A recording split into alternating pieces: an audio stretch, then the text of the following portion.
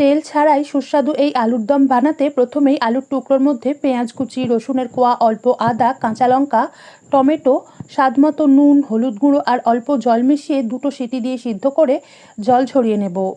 এবার আলুর টুকরোগুলোকে আলাদা করে মশলাগুলোকে মিক্সির জারে ঢেলে অল্প কাশ্মীরি লঙ্কা ও হলুদ গুঁড়ো আর আলু সিদ্ধর অল্প একটু জল দিয়ে মিহি করে বেটে নেব।